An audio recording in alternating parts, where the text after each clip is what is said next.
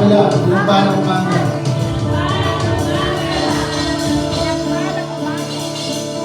Sabihin mo, handa ka na ba magpuring sa ating Panginoon? Sa kabila, handa ka na ba magpuring sa ating Panginoon? Sabihan ko lang mga natin sunod. Yung palang takbo na bahala kayo. Hindi para sa mga kaabol. Para kami naman, hindi para kayo. Come on, church.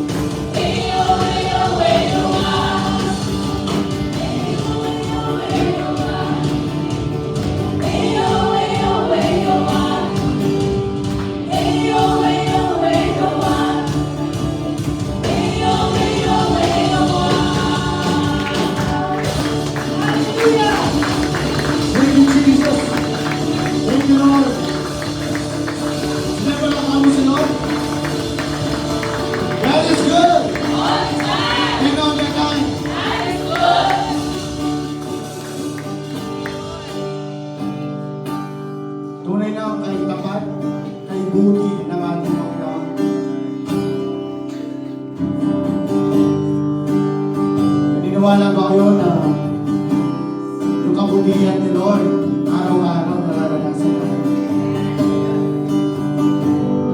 Can you raise your hands? Father, we thank you, Lord God, for this morning.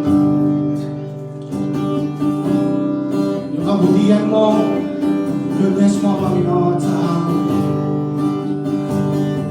Ay patuloy natin nararanasan.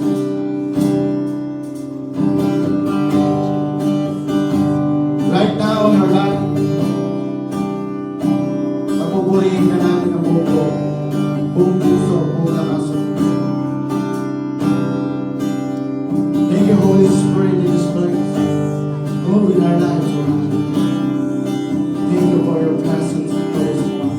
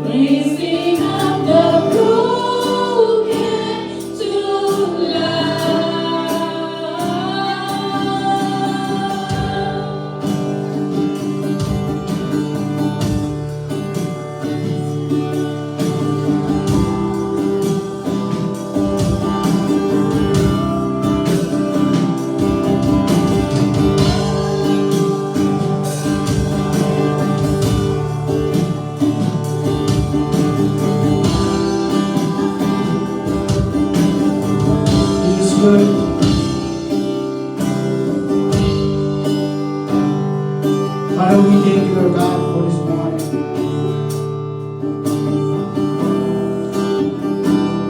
For your goodness, for your faithfulness, Panginoon, sa mga buhay namin. Salamat, Lord God, na tunay ka, Lord God, kumikilos sa ating mga buhay. Hindi ka nagbabago, wala nang nagbabago.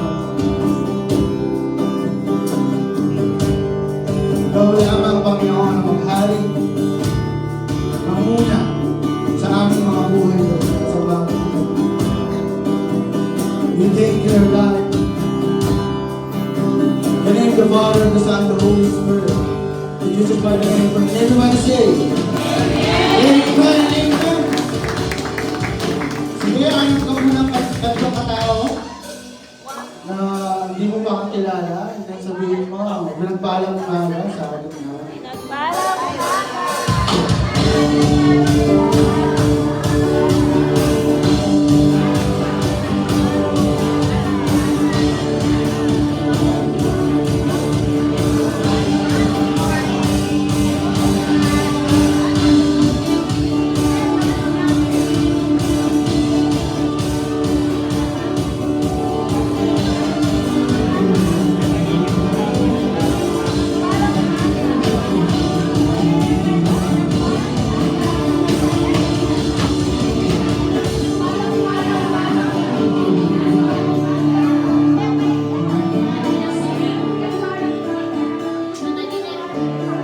God is good All the time. and all the time. God is good.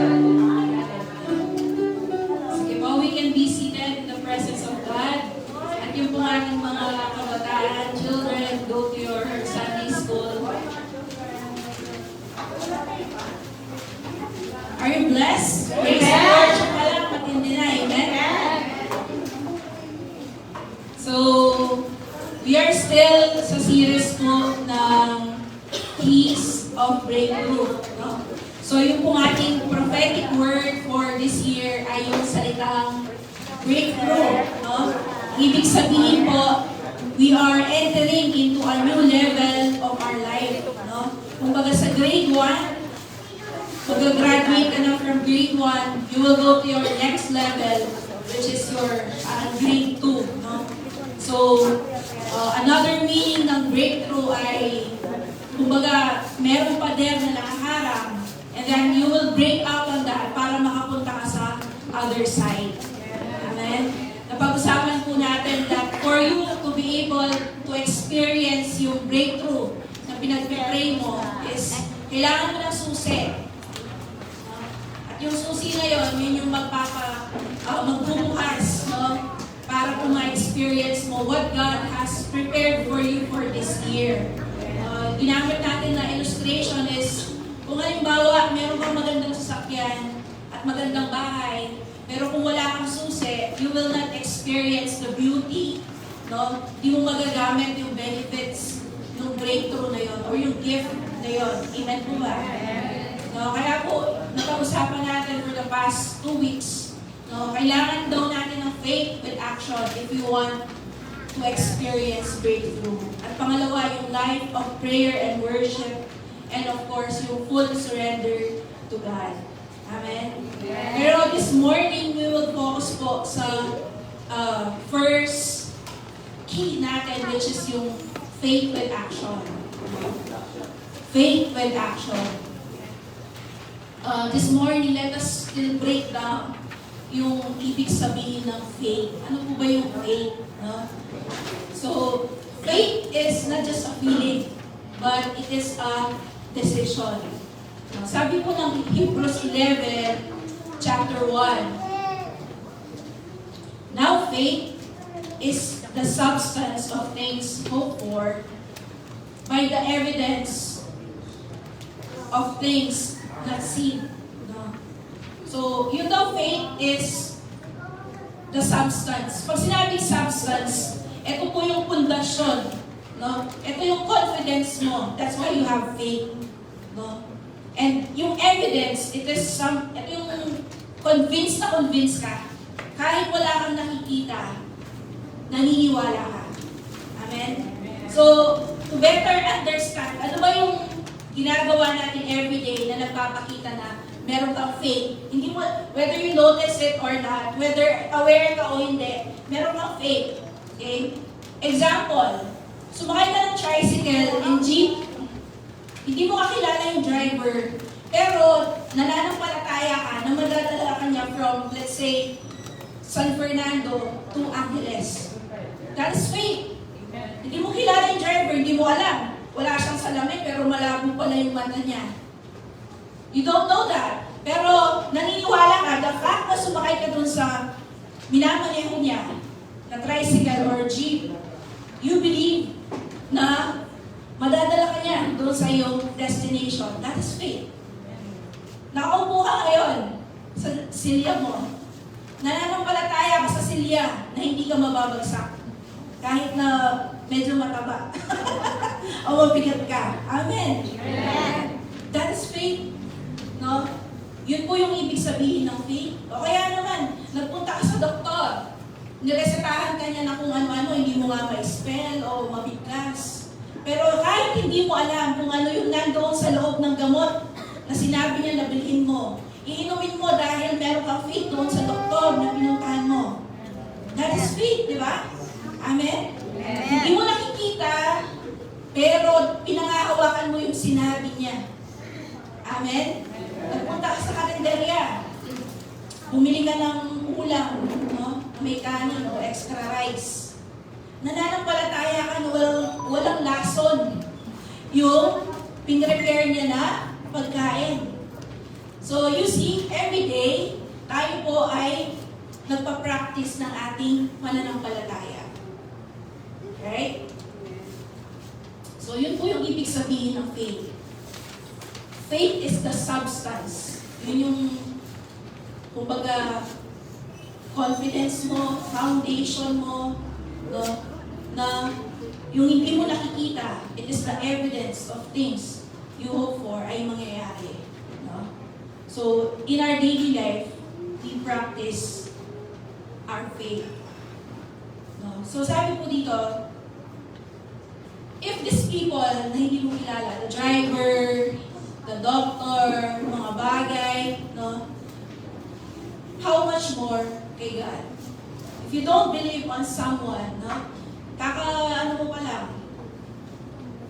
no? Hindi mo naman sila kakilala, kakamit mo pa lang sa kanila. But you are risking or putting your faith to them. How much more is the God of the Bible na nagpapakilala sa atin? Amen? All the records of the goodness and faithfulness of God, nandoon na.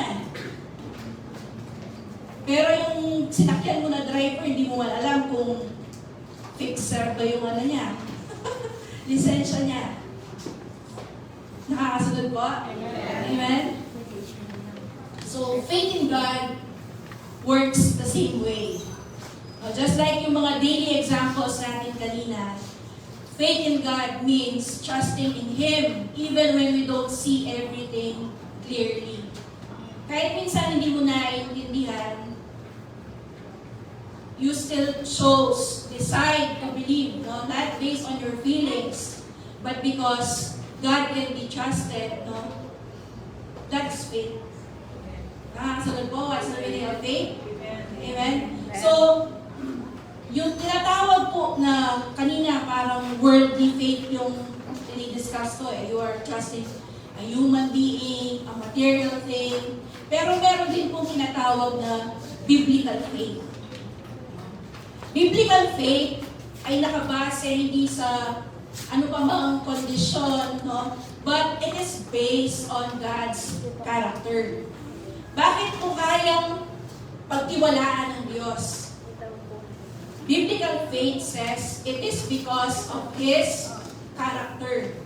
Kaya mo daw maniwala sa Diyos because siya ay Diyos. Because dahil sa kanyang mga katangian. Allow me to share, ano po ba yung mga iba't ibang karakteristik ng Diyos? Bakit kaya at pwede natin siyang pagkatiwalaan ng mas higit sa tao o material na bagay? Number one, God is faithful. faithful. Yan po ang sabi ng Bible. He always keep His promises. No, God never breaks His word. Ang sinabi ng Diyos ay sinabi niya. Di ba may kanta tayong gano'n? Sinabi ng Diyos. Diba? May sinabi niya. Amen? And then God is all-powerful. Nothing is impossible for God. Yan ang sinabi po ng Bible. So we can trust Him in every situation ng ating buhay. Even when things seems like hopeless, parang totoo kaya yung sinasabi ni Ate Wilma na makakaranas talaga kaya ako ng breakthrough this year. No? Huwag kang maniwala sa sinasabi ko lang. Panghawakan mo, no, yung word ni God. Amen? Panghawakan mo kung sino ang Diyos sa iyong buhay. No? Who is all-powerful. And pangatlo, God is all-knowing. Alam ng Diyos yung nakaraan, yung ngayon, at yung kinabukasan. Lahat ng bagay alam ng Diyos. Amen? God sees everything. So we can trust on His wisdom. And then God is also good. He wants the best for us, even when life is hard. No? God is always working for our good. Ang sabi po ng Bible, God works everything for our good. Whether lahat ng nangyaring maganda sa iyo or pangit, ino-orchestrate ng Diyos, inaayos ng Diyos para mag-work for your benefit. No? Ganyan po kabuti ang Diyos. Amen? Na ating sinasamba at pinaglilingkuran. Kung ganyan po kabuti ang Diyos, hindi po ba natin siya kayang pagkatiwalaan? Amen? Amen. May faith ka din ba may faith ka din ba kay God? Kagaya dun sa tricycle driver na first time mo palang na-meet, na hindi mo man alam ang pangalan, no? Or sa upuan, no? Or dun sa cook, or dun sa doktor. Amen? How much more sa Diyos who is perfect? Amen? Meron po bang areas sa buhay natin where you trust more yung tao o yung bagay compared to God? Mas pinapaniwalaan po ba natin yung sinasabi ng iba compared sa sinasabi ng salita ng Diyos? No? So, how can we develop our faith in God? No? How can we develop our faith? Kung isang susi pala para mag-breakthrough ka, mag-go through ka doon sa next level ng buhay mo, matungo mo yung God-given purpose and plan ng Diyos para sa iyo this 2025. If faith with action is one of the key. Ang pag-aaralan po natin this morning is how can we strengthen it? Nakaranas na po ba kayo na may susi kayo pero parang manipis tapos mahina? Tapos nung sinuot mo sa susian, naputol? Naranasan niyo na po yun? Di ba? May susi ka na, sinuksok mo na, bubuksan mo na lang, dahil parang ang bigat ng lock, naputol. Mas mahirap makapasok, di ba? Ganun din po. If we have a weak faith, bubuksan mo na lang mapuputol pa. Di ba? Mas tatagal. No? Mas tatagal, mas hindi ka makakapasok. Ang gagawin mo muna, aalisin mo muna yung nabaling susi. Gagamit ka ng magnet or ano. Di ba? Susungkitin mo. Ang hirap, di ba po? Kaya kapatid, this morning, ang goal po ng ating pag-aaralan is strengthen yung ating faith. Kung ito yung susi, one of the keys pala para mabuksan mo yung inihanda sa iyo ng Diyos, kailangan palakasin mo yung susi mo. Amen? Strengthen that key so that meron siyang ma-unlock na God-given destiny for you this 2025. Ready na po ba tayo? Amen. So here are the main points. Meron lamang po tayong 3 points on how can we strengthen our faith. Number 1, it is through hearing the Word of God. Sabi po ng Romans 10:17, So then, faith comes by hearing, and hearing the Word of God. Okay?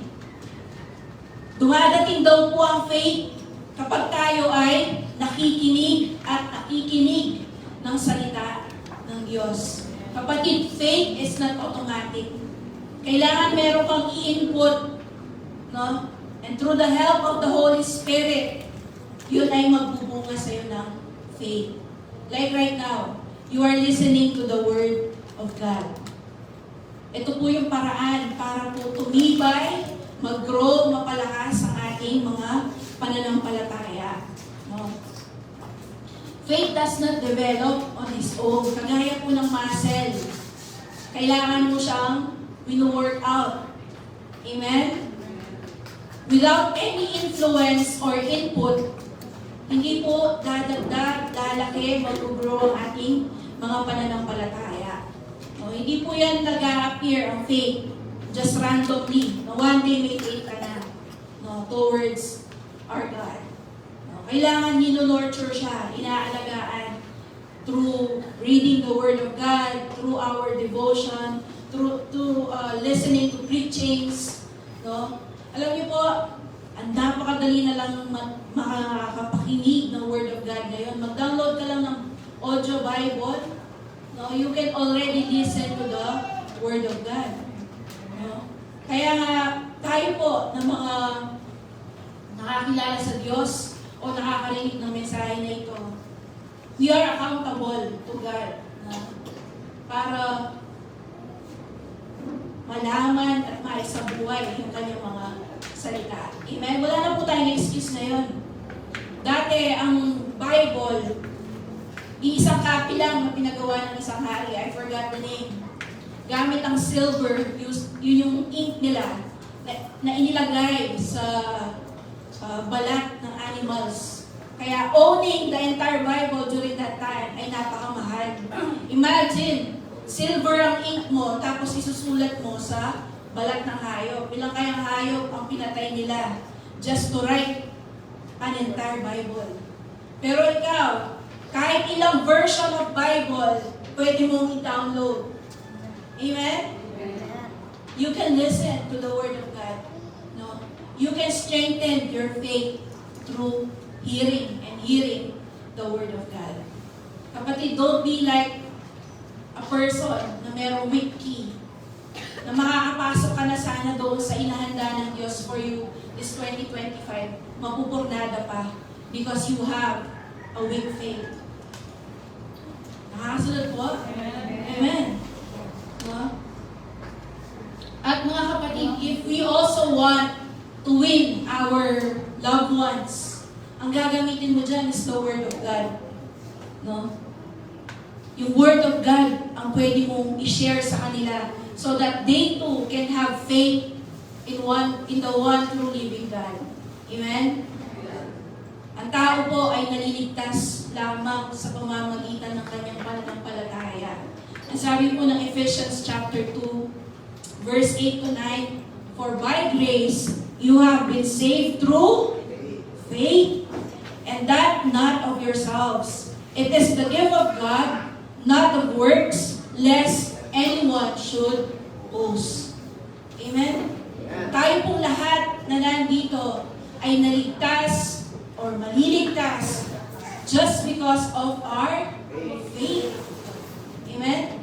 But, that faith ay hindi nananatiling maliit.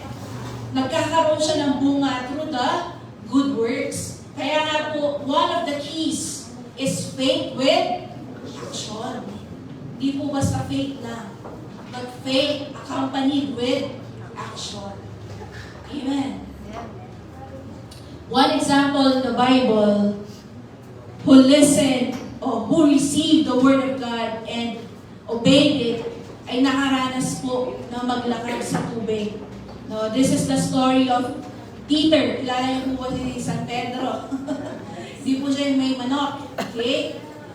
He was the apostle of Jesus Christ. No? And sa tagpong ito, no, nung nakapaglakad siya sa tubig, no, pagkatapos mangaral ni Jesus sa 5,000 people in the desert, no, pinakain niya yun. Ang sabi niya sa mga alagad niya after that event, mauna na kayo doon sa Sea of Galilee kasi tatawid sila from another island to another place. Sabi ni Jesus, mauna na kayo doon kasi magpipray muna ako. No? So nauna sila, and then habang sila ay naglalayag, meron silang nakita na naglalakad sa tubig. No? Ang akala nila, multo. Sabi nila, they were so afraid. And then, ang sabi ni Jesus, no, you will be able to read this in Matthew 14. Ang sabi niya, huwag kayong matakot. It is me, Jesus. Sabi niya. And then, ang sabi ni Peter, no, since si Peter is impulsive, no, but full of faith. No, kaya, ang tawag sa kanya is zealot, no, the zealot. Okay. So sabi niya, Lord, if it is you, command me to come to you on the water. Sabi niya sa Matthew 14 verse 28. And then Jesus responded with a single word. Ang sabi niya, come. Come. No? Halika. Ang sabi ni Jesus. No? And, alam po natin yung nangyari. Peter, lumabas siya sa bangka, and he was able to walk on water. But during that time, meron pong malalakas na alon and storm, no? Nung nawala yung focus niya kay Jesus, bigla siyang lumubog. Pero nakalakad siya, no? He has that bold faith na maglakad on water. Wala sa mga other disciples si Jesus was able to do that. Even though lumubog siya, no? Nakapaglakad pa rin siya sa tubig. Amen? So ano po yung lesson na makikita natin doon sa story na yon? When you receive a word of God, a word from the Lord, a personal revelation na nangungusap sa'yo tungkol sa iyong personal situation right now, do it. Especially if it's coming from the Word of God. Amen? Kasi, yan yung magiging susi mo para sa iyong himala na pinag-pray sa Lord. And, look at the example of Peter. No? Talagang mabuti ang Diyos. In-example niya yung tao na kagaya natin who is not perfect. Di ba merong season sa buhay natin, minsan malakas ang faith mo. Minsan daranas ka ng pagsubok, manghihina ang faith mo. But look at the story of Peter. Alam niyo nung lumubog si Peter, anong ginawa ng Diyos? Lumapit si Jesus at hinawakan, no? Inabot niya si Peter upang iahon siya mula sa kanyang pagkakalunod. Ano pong relevance nun sa ating personal na buhay? Minsan kapatid, di mo maranasan yung breakthrough kasi puno ka ng fear, puno ka ng doubt. But the good news is, we have Jesus. Pwede ka niyang iangat ulit. Amen? Para pag nalulunod ka na, no? You don't know kung makakaalpas ka pa doon sa right now na pinagdadaanan mo. But just one call on Jesus. He can lift, He can stretch forth His hand para po tayo ay iangat. Sabi nga po nung naririnig ko lagi kay Daddy Paul noon, sabi niya, hindi maiksi ang kamay ng Diyos upang tayo ay Kanyang abutin. Amen? Amen. Alam niyo po ba, di ba ang tawag po sa atin ng Bible ay sheep. Tayo ay tupa. And Jesus is our shepherd. Sabi nung narinig kong preacher, bakit hindi na lang lion? Di ba mas malakas yun? Ba't di tayo tinawag na lion? No? Bakit hindi tayo tinawag na leopard? No? Kasi daw po pala, ang defense and offense mechanism ng tupa ay ang kanyang iyak. Hindi malakas ang tupa, no? Every time na mawawala siya, merong predator na gustong And that the shepherd, pag narinig niya yung iyak ng sheep, pupunta yung shepherd to rescue that sheep. Amen? Kaya kapatid, ang panlaban mo, iyak eh. When you start to kneel and cry out to God, that's where your help comes from. Amen? Amen. Pag nag-start ka ng lumuhod, umiyak sa Panginoon because you want that breakthrough, you want that healing, restoration, you want freedom from any sin, any bondage, kahirapan. Kapatid, ang sagot dyan, iyak. Hindi naman yung puro drama, no? On your personal time with God, lulod ka. Talagang you will cry out because that's your defense and offense mechanism. Amen? Kahit anong tapang mo, kapatid, pag tinablang ka ng anumang pagsubok, your offense and defense is to cry out. Amen? Amen. May nakukuha po ba tayo? Amen. That's the number one thing. Through hearing the Word of God. If you want to activate, strengthen your faith, you need to hear and hear the Word of God. No, daily, every moment. Kasi laging kakatok ang fear, laging kakatok yung doubt. Amen? Kaya dapat may panlaban ka. And that is the Word of God. The Bible. Amen? Kaya kapatid, this 2025, seryosohin mo yung devotion mo, yung prayer life mo, seryosohin mo yung pag-attend mo sa cell group, sa Sunday service, because that is where you are being empowered and strengthened. Amen? Kaya yun po yung number one practical thing to strengthen your faith. Through hearing the Word of God. Pangalawa, you can strengthen your faith through knowing the Word of God, who is Jesus. Kanina, it is through hearing. Now, it is through knowing the Word of God. Bakit? Ang sabi ng John 1:1, the Word became flesh. In the beginning was the Word, and the Word was with God, and the Word was God. He was with God in the beginning. So kapatid, the Word of God that you hear is not just yung nababasa natin sa Bible, but the Word that became flesh, who is Jesus Christ. Ang sabi, if you will continually, consistently pursue to know Him, mas lalakas daw yung faith mo. Amen? Remember, our faith is not tied up with human. It is not tied up with your bank account, no, ng mga material things, but based on the character of God. Yung sinabi ko kanina. So, to strengthen your faith, you should know more and more, deeper and deeper, your Creator, your Savior, your Lord. Amen? Because the Word is Jesus. No, na nagkatawang tao. It's hard to trust someone, di ba? Merong biglang mag-o-offer sa'yo. Nakita ka sa mall, magandahan sa'yo. Pakasalan mo ko.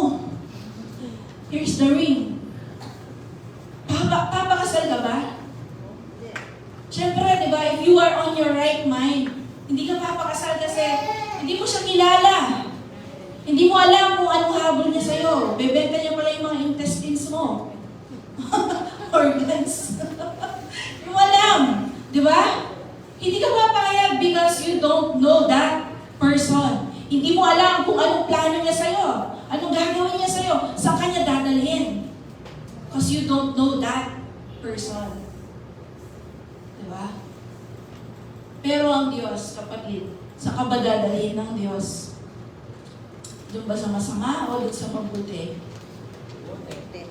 Sa mabuti, di ba? Papahama ka ba ng Diyos? Hindi, di ba? Alam niyo ito, nangusap po ito sa akin. Because kahit po kayo ay tumatayo dito sa harap, tao pa rin po kayo. Dami pa rin pagkakamali, nakakaranas pa rin kayo ng fear and doubt. And this week, naranasan ko po yun. And I was praying to God, Lord, patawarin niyo po ako sa aking unbelief. No? Di ko na lang share kung ano yun, pero I was so fearful and doubtful. And then I asked the Lord, Lord, mag-usap ka nga sa akin. And He gave me this verse. Sa Romans 8:32, ang sabi pong ganyan, kung ang sarili niyang anak, who is Jesus Christ, ay hindi niya ipinagkait, sa halip ay ibinigay para sa atin, tiyak na ibibigay niya rin sa atin ang lahat ng bagay. In English, no, in New King James Version, sabi niya, He, our Father, who did not spare His own Son, our Lord Jesus Christ, but delivered Him up for us all, para po sa kapatawaran ng ating mga kasalanan, how shall He not with Him also freely give us all things? Ano kailangan mo, kapatid? Masigit pa ba yan kay Jesus? Sabi dito, binigay ng Diyos Ama si Jesus Christ sa'yo. Ano pa ang hindi niya kaya ibigay? Meron pa bang mas the best compared kay Jesus Christ? Wala na, di ba? Ganun po yung puso ng Ama sa atin. And sometimes, we tend to forget that kapag tayo ay nafo-focus na sa mga negative things, sa mga trials, testing, storms ng buhay, nakakalimutan natin to. Binigay na pala ni Lord yung the best sa atin. Ano pa yung hindi niya kayang ibigay?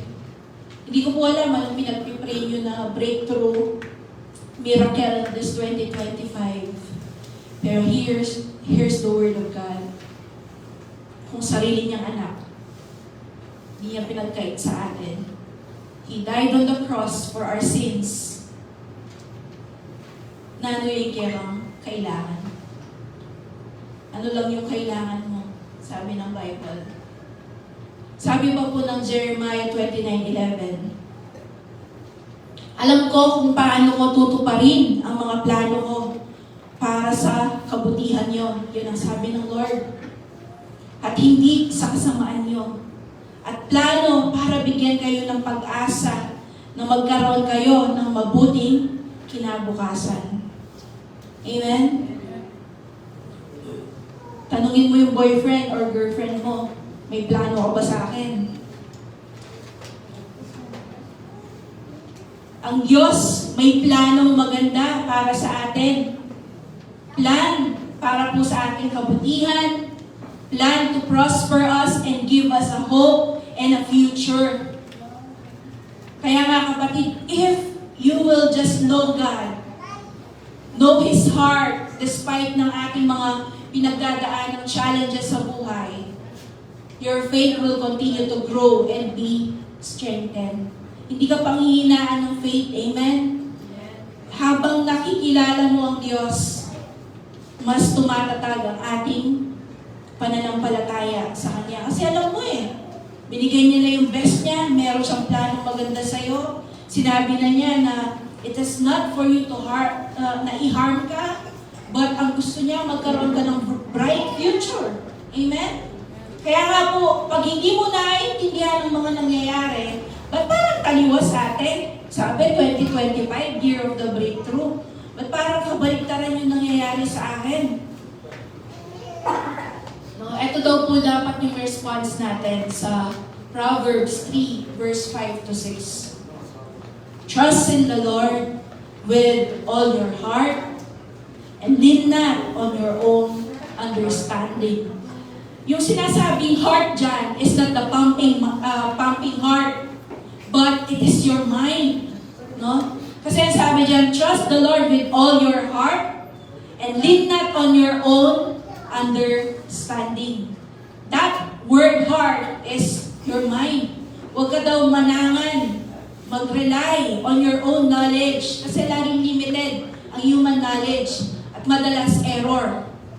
No? Verse 6, in all your ways, sa lahat ng pagkakataon, sa lahat ng desisyon na gagawin mo, acknowledge Him. and He shall direct your paths. Ibig sabihin, pag may gagawin ka, sabit mo muna kay Lord. Lord, approve ba ito sa'yo? Lord, anong gagawin ko dito? Whether small or big decisions, we should acknowledge Him. Amen? Trust in the Lord wholeheartedly. No, nagre-rely po dapat tayo sa Lord. Amen? Amen. Amen. No? So, ang sabi pa po ng Santiago, James, no, in English, chapter 1, verse 6 to 8. Ito daw ang problema kapag weak ang faith mo. Pag weak ang faith mo, double-minded ka. Kumbaga, doble kara ka. Sala sa init, sala sa lamig. Sabi po ng James 1, 6 to 8. Ngunit dapat magtiwala ang humihingi at huwag magduda. Dahil ang taong nagdududa ay katulad ng alon sa dagat na tinatangay at pinapadpad ng hangin. Ang ganitong tao ay hindi dapat umasa na may matatanggap mula sa Panginoon. Dahil nagdadalawang isip siya at walang katiyakan sa mga ginagawa niya. Amen? Amen. Kaya kapatid, if you want breakthrough, kailangan mas solid mo yung faith mo kay God.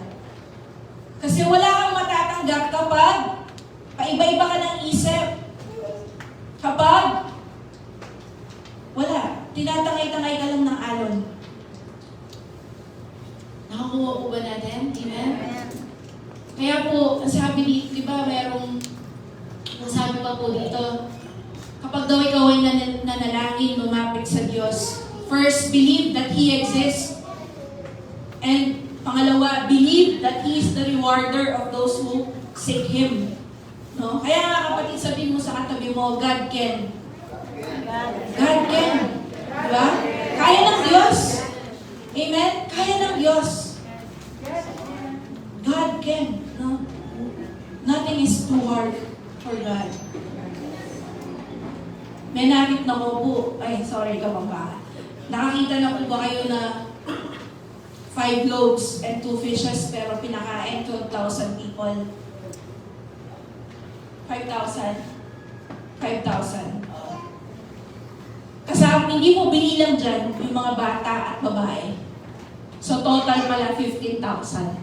Kasi po sa Bible dati, during that time, pag babae ka at bata, hindi ka kinakount, only men counts during that time. Mapalad tayo, ngayon tayo nabuhay. Amen? Mga kababaihan. Kasi you won't be able to talk, no? To stand in front. No, walang ganun, walang rights. But yeah, during that time, nagpipreach, no, si Jesus. And a lot of people ay nagpa-follow sa Kanya dahil sila ay nabubusog. Laging may pakain si Jesus Christ. Eh, nagpunta sila sa ilang, sa desert. No? Remember, sa Middle East sila. And then, ang daming tao. So, 15,000. Ang sabi ni Jesus, pakainin niyo yung mga tao. Panginoon, hindi po enough yung 1-year wages for them to be fed. Anong meron kayo? Sabi ng Diyos. Ito po yung bata. Meron siyang 5 loaves and 2 fishes. Buti pa yung bata nagbaon. Amen? Ready yung bata. No? Kung tumagal man yung pag-preach ni Jesus, sabay hindi siya magugutom. May baon siya papunta at pabalik. Amen? Pero kidding aside, sabi ni Lord, anong meron kayo? 5 loaves and 2 fishes. Anong ginawa ng Panginoon? He prayed and thanked the Lord. Ang sabi lang ni Jesus, thank you, Father God. O sige, distribute nyo na. Sabi niya sa mga apostol. Alam niyo ilan sumobra? 12 baskets of bread and the fishes. Kaya nga kapatid, do not rely on your performance, on your own ability. Minsan, di ba, parang tinitignan mo yung sarili mo, ay, parang di naman ako papasa sa performance pag titingin mo, di ba, sa paglilingkod sa Diyos. Ang hinihingi lang po ng Lord sa atin yung kung anong meron ka. nung meron ka, pag yun sinurrender mo sa Lord, magmumultiply. Oras mo, gusto mo mag-multiply, surrender mo kay Lord. Mas marami kang magagawa kapag sinurrender mo yung oras mo sa Lord. More impact, no? More result in your life. Amen? Unlike yung sarili mong diskarte, ikaw na susunod, walang yun, multiplication. Pero mo, pagkatiwala mo sa Lord. Lord, paano mo gustong gamitin ko yung pera na to? Health mo, every aspect ng buhay mo, family life, relationship. You can strengthen your faith through hearing the Word of God and through knowing the Word of God. Double meaning yung Word of God, no? Yung una, yung Bible, the written, revealed Word of God. Yung pangalawa is our Lord Jesus Christ. Amen? Kaya kapatid, huwag mo ngayaan na maging yung susi mo ay marupok.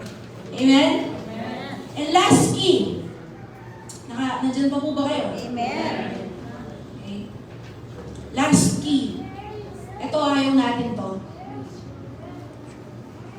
Pero kailangan to. To strengthen our faith. Kung merong option, sasabihin natin, Lord, pwede po bang iba na lang? Pero alam nyo, mas ito yung binibigay ng Lord sa atin. Parang medicine. Di ba ang pait ng medicine? Pero kailangan mong inumin para ikaw ay gumaling, lumakas. Di ba? Maging healthy ulit. Ayaw naman natin talaga yun, di ba? Yung lasa. Parang ganito din po, on the third point. Ayaw natin to, pero kailangan. Amen? Pangatlo, you can strengthen your faith through testing and trials. Kapatid, wala pong nag-grow in good times. Only in bad times that we grow our faith. No? Sabi po ng 2 Peter 1:6-7,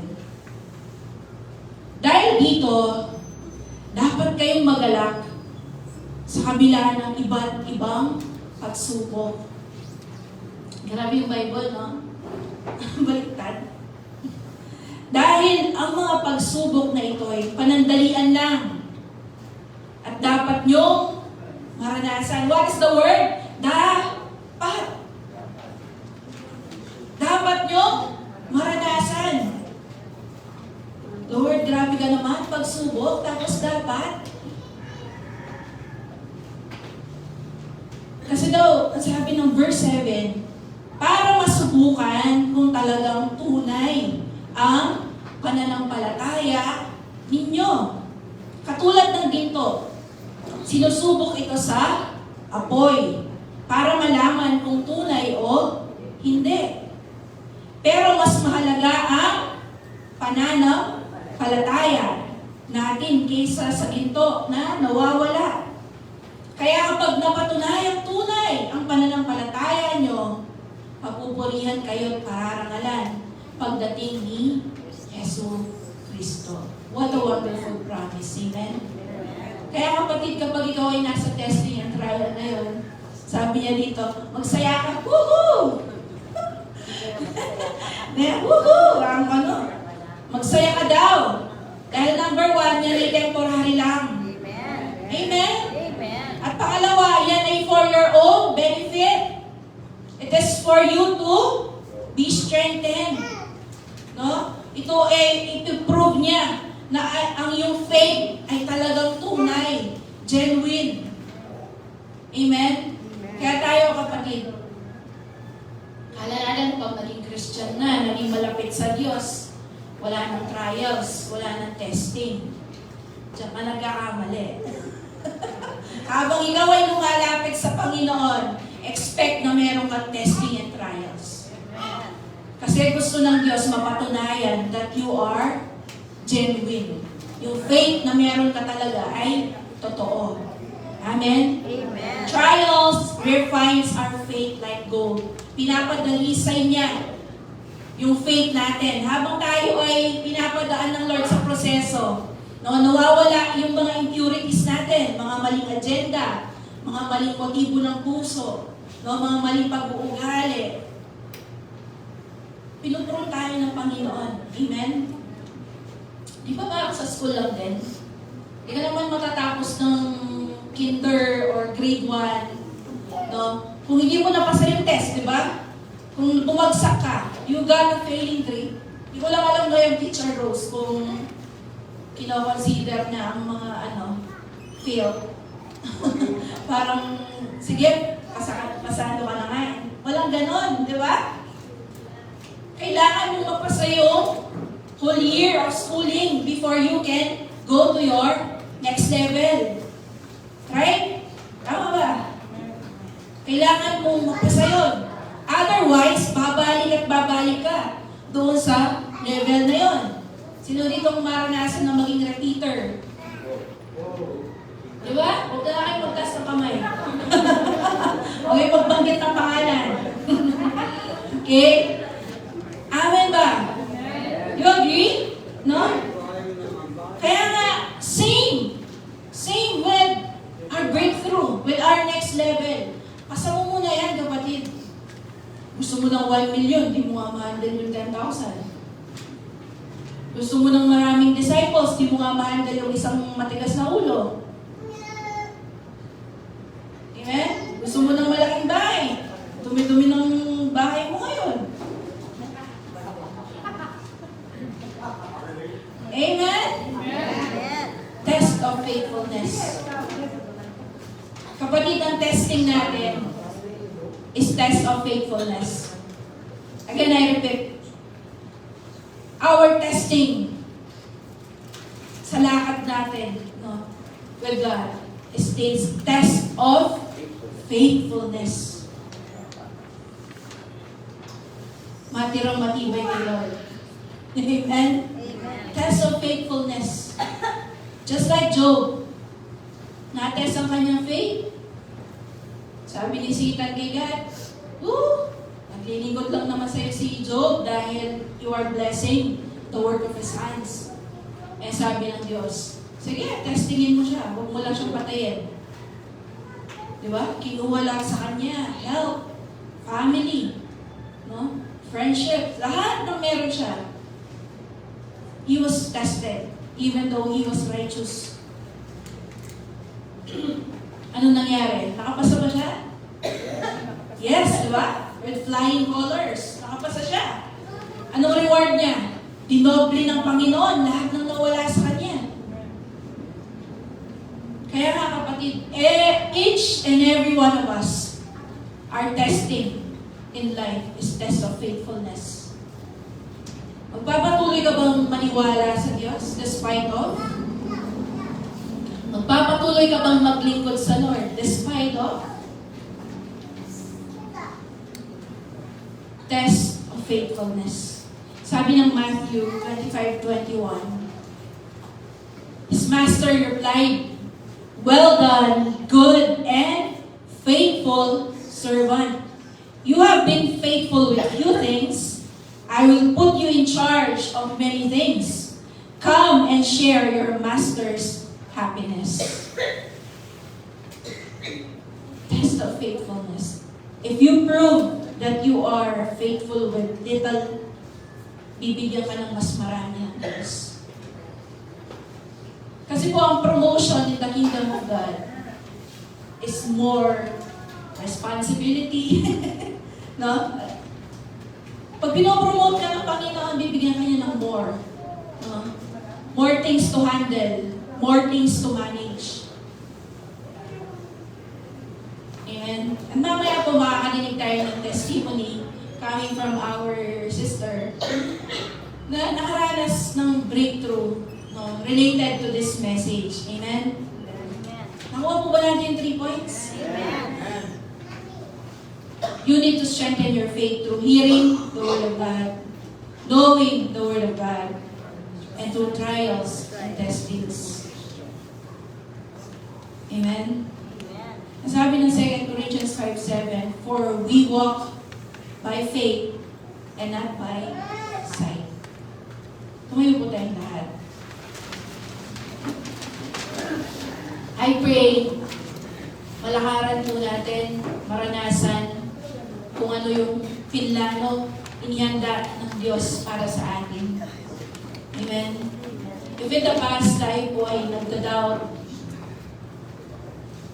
nanghina ang faith natin, but now is the time to get back up, no? Tumayo tayo ulit mula sa ating pagkakatapat, at tayo ay magpatuloy na maniwala, manampalataya sa ating mabuting Diyos. Amen? Makapangyarihang Diyos, the God who cannot change and who cannot lie. Amen? Amen? Amen. Pag-alabin po natin yung ating faith so that we can start to step in faith doon sa plano ng Diyos na maganda para sa atin. Amen? Amen. Testings and trials, dapat yan. Sabi ng Bible, dapat daw na maranasan natin. Iba yun, kapatid, kapag sinadya mo na ikaw ang may dahilan, ba't ka nagkakaproblema, ha?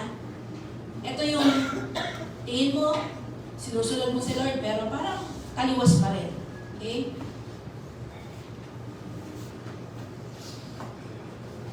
Dideclare po natin ngayon na walang mahirap sa Diyos. Amen? Amen. Let us sing this song. Walang mahirap sa ating Panginoon. Amen? Amen. Let us make this song our prayer. Huwag muna pansinin yung katabi mo. Huwag muna tayong mag-usap. Let's just focus our eyes on the Lord and allow Him to touch you. Allow Him to maranasan mo yung yakap ng Diyos, yung comfort ng Diyos, yung pagpapalakas po ng Lord sa atin ngayong umagang ito. Come on, let's not go out of this place na wala tayong natanggap mula sa Diyos, na wala tayong naranasan mula sa Diyos. Sayang ang oras na ikaw ay nandito. Nandito ka na rin lang, gawin mo ng totoong-totoo. Amen? Amen. Sige po, let us sing this song, Walang Mahirap.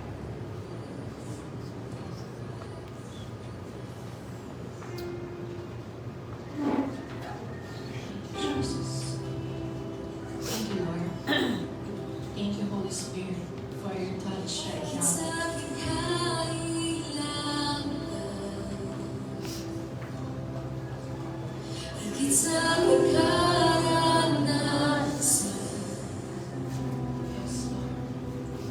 Higit sa aking isipin, ay kaya mong gawin.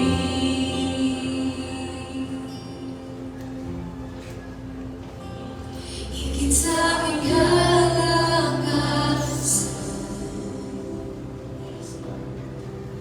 minsan ay hindi nakulang. Higit sa aking isipin, ay kaya mong gawin. Bawat araw ko ay hawak mo, di magdadamba sa piling mo.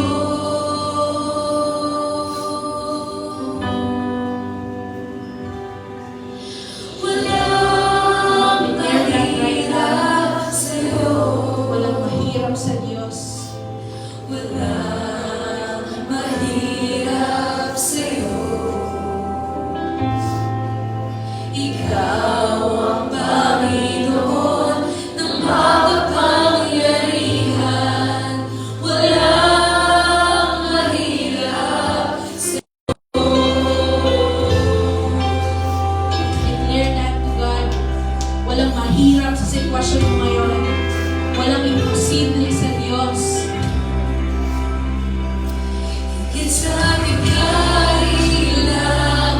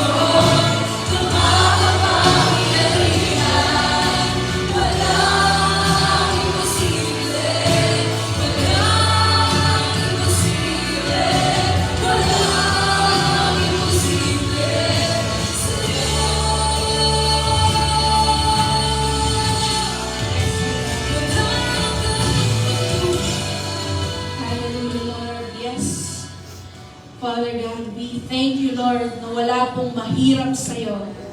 We just say it, Lord, and it will be done sa aming mga buhay.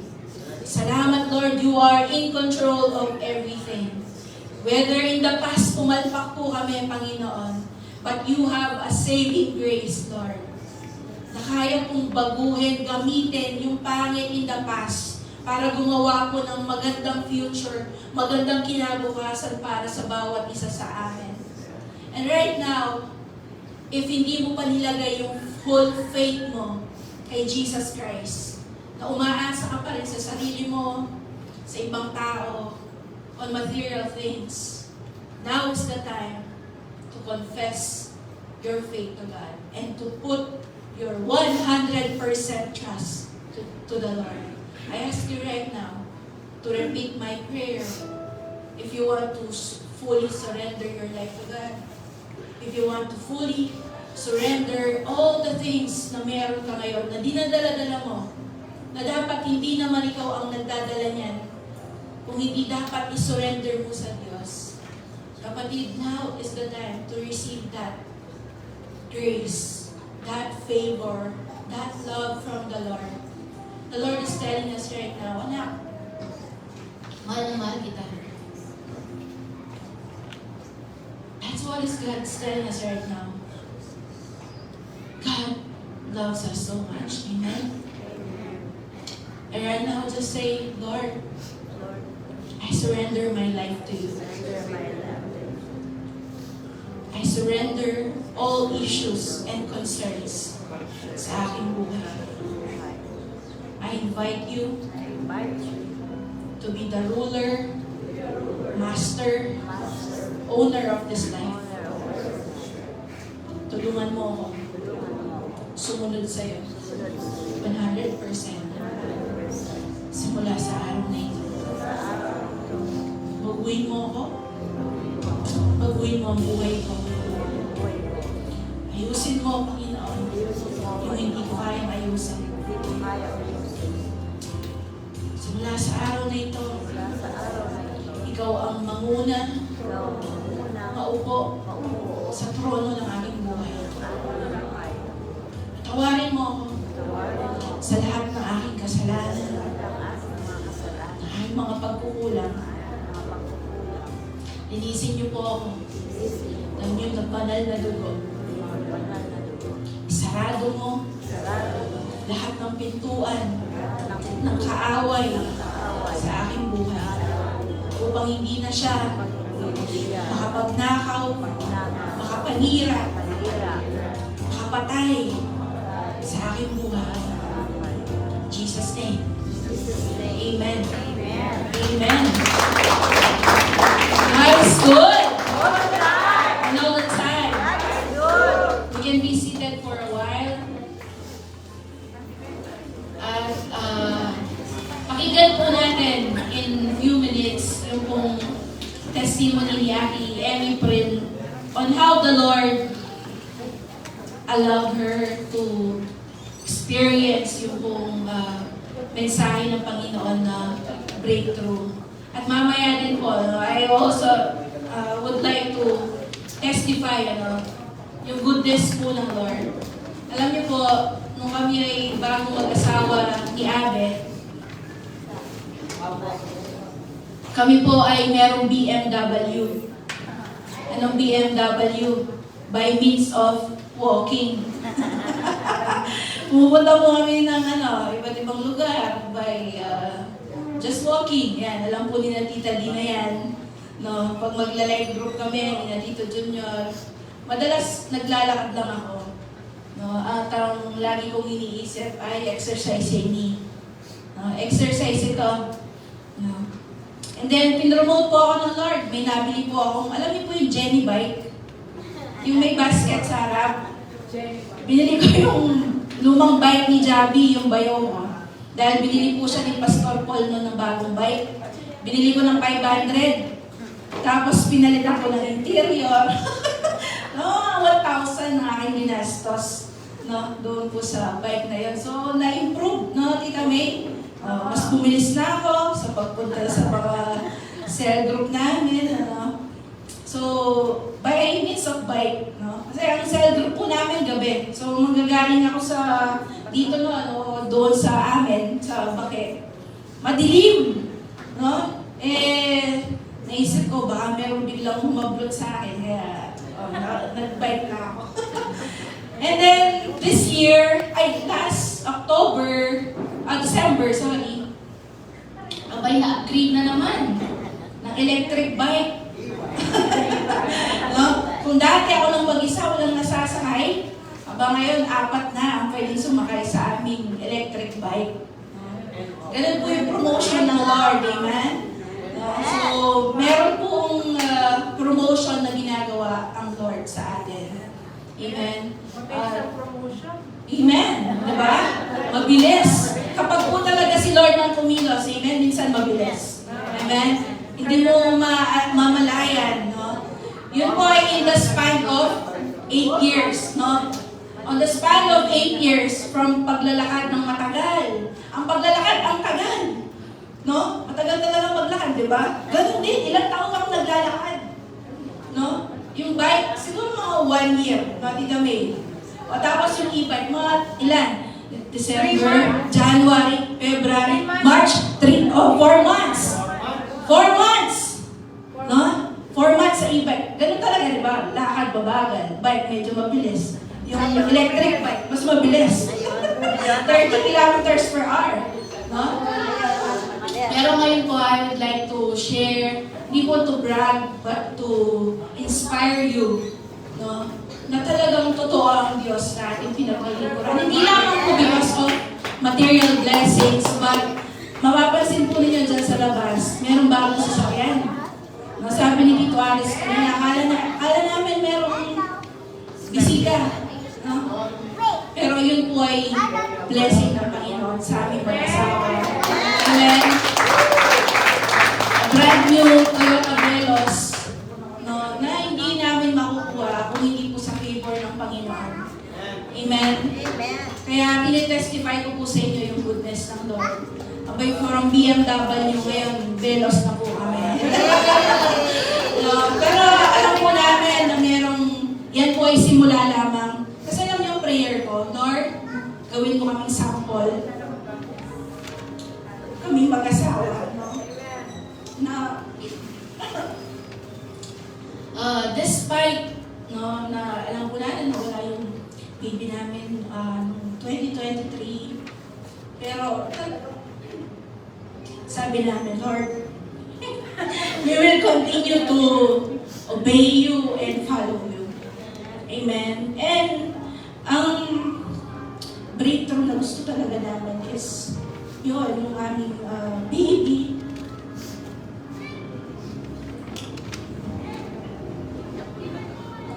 Amen.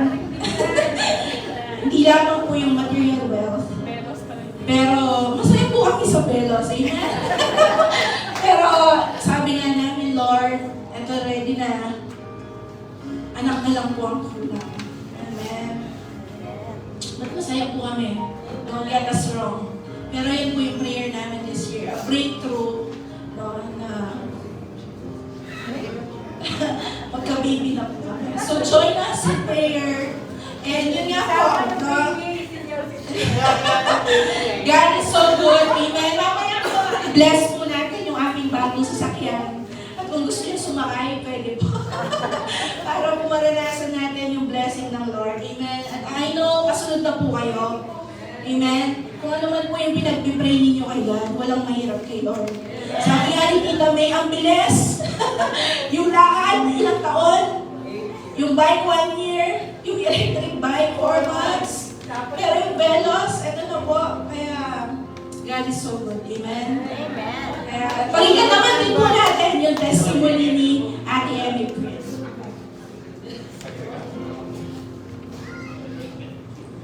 Hello po. Nung napasubo ako. Medyo marami po pala tayo. Hindi ba ito daw, Pep? May nervous na siya. Kaya nagawa po akong coding. Gusto ko lang pong mag-share ng experience ko po in connection po sa ating prophetic word this year na breakthrough. Medyo 2 years na po yung nakakalipas nung since 2 years na po nakakalipas nung last na tumayo at nagsalita po ako dito sa harap. Twice pa lang po ata ako nagsasalita. At yun po, pinigilan ako agad ni Satan. Dami po siyang negative thoughts na nilagay sa utak ko. Sa masamang kalan, pinaniwalaan ko yung mga yun.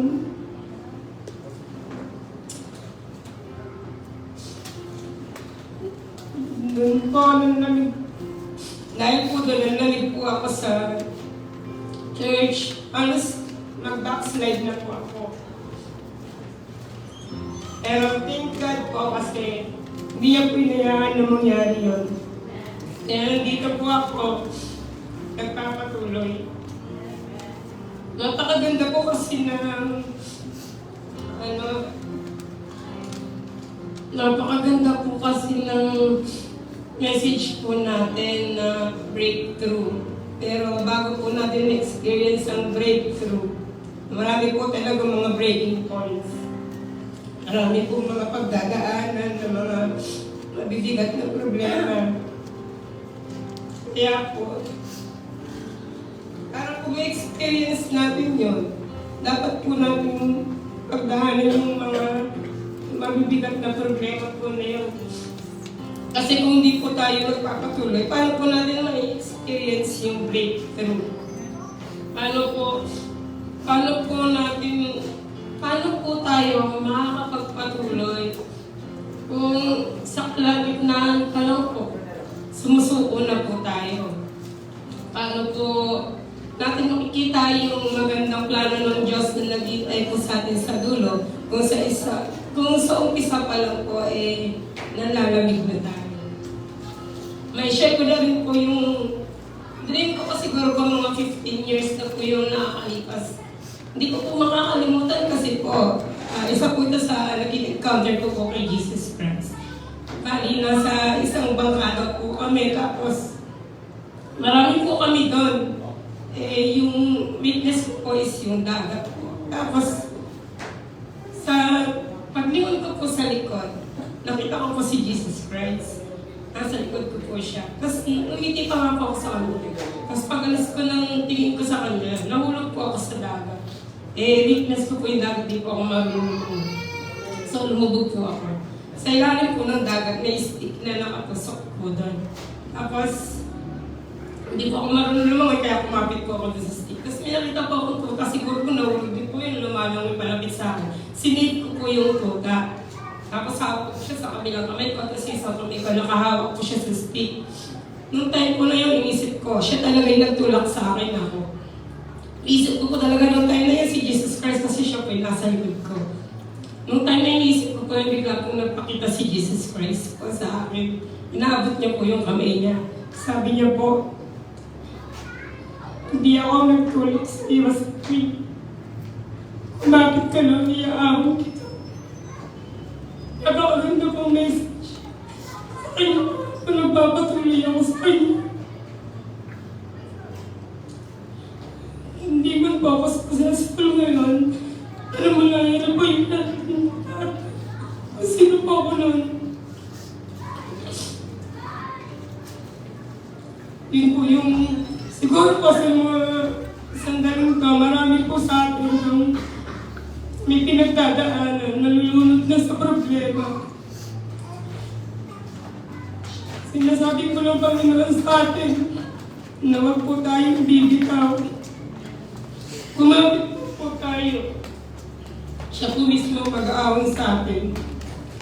Huwag po tayo susuko. Huwag po tayo susuko sa faith po natin kay God. Lahat naman po ng mga successful na tao, dumaan po yan sa pagkatalo. Bago po sila naging successful. Marami po talagang failures, mga struggles, mga pagdadaanan po natin pagsubok. Pero part lang naman po yan para makarating po tayo sa gusto nating marating. Kapit lang po tayo kay God. Siya po ang mag-aahon sa atin. Huwag po tayong mawawala ng pag-asa. Mahirap po talaga. May mga pagdadaan ng ganun. Pero magtiwala po tayo at maniwala po tayo sa magandang plano niya po para sa atin. To God be the glory po. Thank you, Ate April. No, God is good. No? Meron po talagang nire-revive si Lord sa atin. No, our faith, ano po. And yun po, na-encounter ni Ate April si Lord, no, from those last 15 years na nangyari. And now, yes, nanlamig siya, pero now, yung kanyang faith ay ini-strengthen ulit ng Panginoon. Amen? Kaya tayo din po, ganun na gagawin ni Lord sa atin. This year, if we want to really experience yung declaration na, we will have a breakthrough.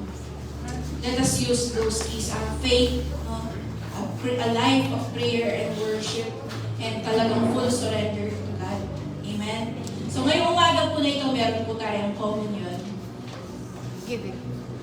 Mag-communion po tayo, and then yung pong ating mga tithes and offering, bigay nyo na lang later, no, para po hindi tayo gaano umaga. Let's call on Pastora Mila para po tayo ay mag-communion. Let's ask po yung ating mga ushers para prepare po yung ating communion. Okay, before that, dahil marami pong bago po sa atin, welcome everyone po sa ating pagtitipon. I hope you have been blessed po sa Word of God na binahagi po sa atin. Are you blessed? Amen. Gusto ko pong i-share po sa inyo sa maiksing sandali po yung kung ano po yung kahalagahan ng communion. Kung ba tayo nagko-communion at ano ba itong Santa Cena na ito? In other words, ano po? So, bear with me po. Okay. So, ano po ba yung banal na hapunan? Yan. Ang tawag po natin ay banal na hapunan or communion or Santa Cena. So, ang banal na hapunan po ay isang makasay-sayang pagsunod sa pinag-uutos po ng Diyos na ating alalahanin magpakailanman. Utos po ito ng Panginoon. Ito rin ay isang taimtim na pagsasadula sa mayamang biyaya ng kaligtasan na naranasan ng mga Kristiyano sa pamamagitan ng kamatayan ni Jesucristo. Ang krus ang siyang simbolo na mapagbigay na pag-ibig ng Diyos. Ang siyang sentro ng gawain ito. Ayon sa unang Korinto 11:26, maliwanag na binibigyang kahulugan nito ang mapagmahal na makapangyarihang kamatayan ni Jesus at ang kanyang maluwalhating pagbabalik. Kaya nga mga kapatid, no? At sabi po dito, ang seremonyang ito ay hindi dapat na maging sanhi ng pagkakabahabahagi sa katawan ni Kristo. Sa halip dapat na itong palakasin ng ating mga hangarin na magkaisa. Sapagkat sinasalamin dito ang bagong tipan ng ating pakikipag-isa sa Diyos at sa mga kapatiran sa pamamagitan ng katawan at dugo ni Jesucristo. So meron po tayong mga elemento po ng gaya ng tinapay at ng juice, nagre-represent po ng dugo ng ating Panginoon, at ang tinapay nagre-represent po ng katawan ng ating Panginoon. Amen. Okay. So,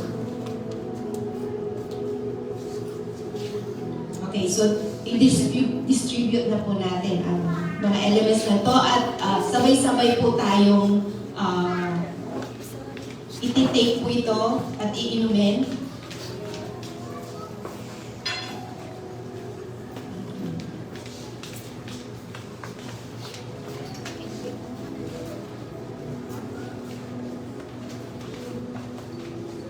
Okay. Ang hapag ng Panginoon ay isang taimtim na pagpapahayag ng kamatayan ng ating Panginoon hanggang sa dumating siya. Tayo pong lahat ay tumayo. Ayon nga po sa 1 Korinto 11:26, isang pag-alala sa kagandahang loob ng Diyos sa pamamagitan ng kanyang pagpapatawad po sa ating mga kasalanan. Ito ay hindi lamang isang ritual na ginagawa ng iglesia. Ito ay isang pagsunod sa utos ng ating Panginoon. At hindi ito napapatawad ang ating mga kasalanan. Subalit, sinasalamin nito ang bagong tipan ng makikipag-ugnayan natin sa Diyos sa pamamagitan ng kamatayan ni Jesucristo sa Kalbaryo. Ito rin ay isang mahalagang pagpapakita ng ating pakikipag-isa sa katawan ni Kristo ng Iglesia. Ang babala ni Apostol Pablo ay nagsisilbing ito ay isang mahalagang pagpapakita ng ating pakikipag-isa sa katawan ni Kristo, ang Iglesia. Ang babala ni Apostol Pablo ay nagsisilbing paalala sa atin na ang hapag ng Panginoon ay isang gawaing pinag-iisa. Hindi pinagbabahabahagi ang mga mananampalataya kay Kristo. Ang hindi nararapat na pakikibahagi sa hapag ng Panginoon. Ito po, warning po ito sa atin. Sino ba yung hindi nararapat na makibahagi? Sabi po, madaling pinaalala ni Apostol Pablo na ang hapag ng Panginoon ay isang banal na gawain at dapat igalang. Ang pakikibahagi nito ng hindi nararapat ay magbubunga ng hindi maganda. Ang hindi nararapat na pagtanggap at pag-inom sa mga elemento ay isang kasalanan sa dugo, sa katawan at dugo ng ating Panginoong Jesucristo. Unang Korinto 11:17. Dahil dito sa katawan at dugo ng ating Panginoong Jesus, kinakailangan salisikin nating mabuti ang ating mga sarili upang hindi matiyak ng buong kamalayan na tayo'y karapat-dapat na sumalo sa banal na hapag ng ating Panginoon. Ulitin ko po yun. Dahil dito, kinakailangan salisikin natin mabuti ang ating sarili. Ibig sabihin po, kailangan po natin humingi ng kapatawaran sa ating mga nagawa pong mga pagkakasala. Salisikin po natin at hingi po natin ng tawad sa Panginoon upang hindi po tayo lumabag or hindi po tayo magkasala laban sa katawan at dugo ng ating Panginoon. So ito po ay banal na gawain po ng Panginoon. So hawak na po natin ang ostia. Ang sabi po,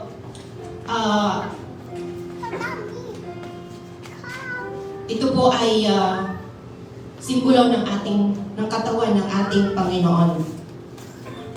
Ang sabi po ng banal na kasulatan, sapagkat tinanggap ko sa Panginoon at binibigay ko naman sa inyo ng ang Panginoong Jesus, taas po natin ang tinapay, ng ating Panginoong Jesus ng gabing siya'y pinagkanulo ay lumampot ng tinapay at nang siya'y makapagpasalamat, ito ay kanyang pinagputol-putol at sinabi, ito'y aking katawan na pinagputol-putol para sa inyo, gawin ninyo ito bilang pag-aalala sa akin. Mananalangin po ako. Panginoong Diyos, lubos kami nagpapasalamat sa iyong dugo, ang iyong pagmamahal sa amin, sapagkat kami ay hindi makakarapat-dapat sa iyo. Minarapat mo pa rin kami maging mga anak mo sa pamamagitan ng pagkamatay ni Jesus sa krus sa Kalbaryo para sa iyong pagpapatawad ng aming mga kasalanan.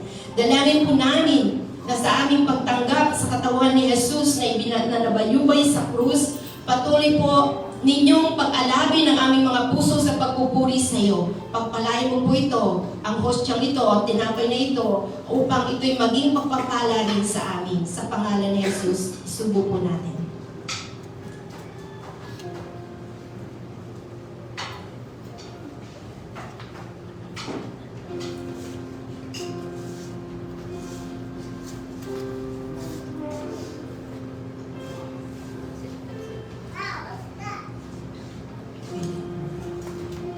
Taas po natin ang juice, sabi po dito, simbolo po ng dugo ng ating Panginoon. Gayon din naman, para sa sinabi niya, ang sarong ito, ang bagong tipan sa aking dugo. Gawin ninyo ito tuwing kayo'y iinom sa pag-aalala sa akin. Panginoon namin Diyos, kami ay nagpapasalamat din sa iyo sa kaloob na buhay. Ang dugo ni Jesus na bubo sa krus ng Kalbaryo, ang siyang naghugas sa aming mga kasalanan upang kami maituring mong mga anak. Inihandog po namin sa iyo ang aming mga pagpapasalamat bilang isang haing buhay para sa ikaluluhati ng iyong pangalan. Inumin po natin.